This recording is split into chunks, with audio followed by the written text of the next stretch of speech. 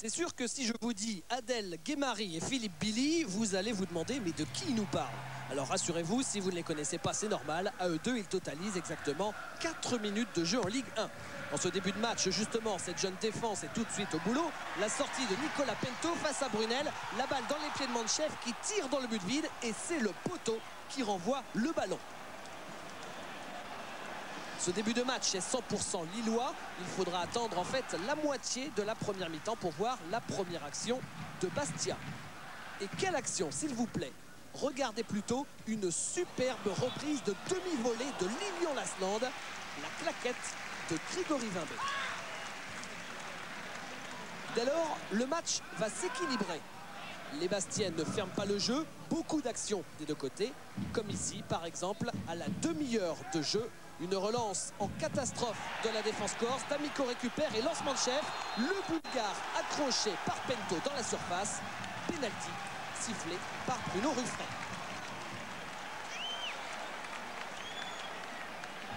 Le face-à-face, Philippe Brunel, Nicolas Pento. Et c'est l'attaquant lillois qui ouvre la marque. Ça fait 1-0 pour l'équipe de Lille. C'est le 3e but de Brunel cette saison. Nicolas Pento pris à contre-pied. 10 minutes plus tard, sur cette très belle ouverture de Ferreira, Lasland se retrouve tout seul devant Vimbé. Le 1 contre 1, le gardien gagne son duel. Florian Maurice ensuite. Fanny sauve sur sa ligne, puis c'est au tour des siens et retour in extremis de Vimbé. 3 actions énormissimes pour le prix d'une. Des Bastiais qui n'ont pas de réussite en attaque. Et dès lors, dire que Lille s'en sort bien avec ce 1-0 à la mi-temps, c'est encore un doux euphémisme. En seconde mi-temps, changement total de physionomie. Si la première période avait été alerte, maintenant c'est le néant des deux côtés. La preuve, on retrouve directement les deux équipes à seulement 8 minutes de la fin, avec ce tir de Brunel qui passe à côté. Des Lillois qui terminent apparemment plus frais. Ce sont eux qui se créent les meilleures occasions sur ces dernières minutes, mais ça manque de précision. Ici par exemple, Benoît Chéroux, entré en cours de deuxième mi-temps.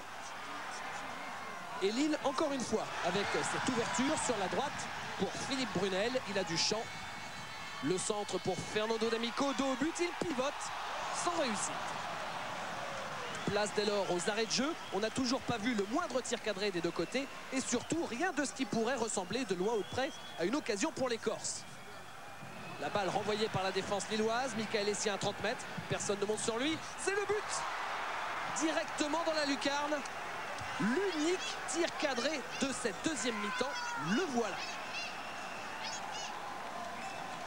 Complètement contre le cours du jeu, Bastia égalise à 1 partout. C'est le 6e but de Michael Essien cette saison.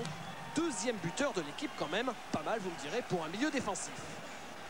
Les Corses, sur cette fin de match, ont fait preuve de réalisme. Ils peuvent toujours croire à la Coupe Intertoto, leur objectif de fin de saison.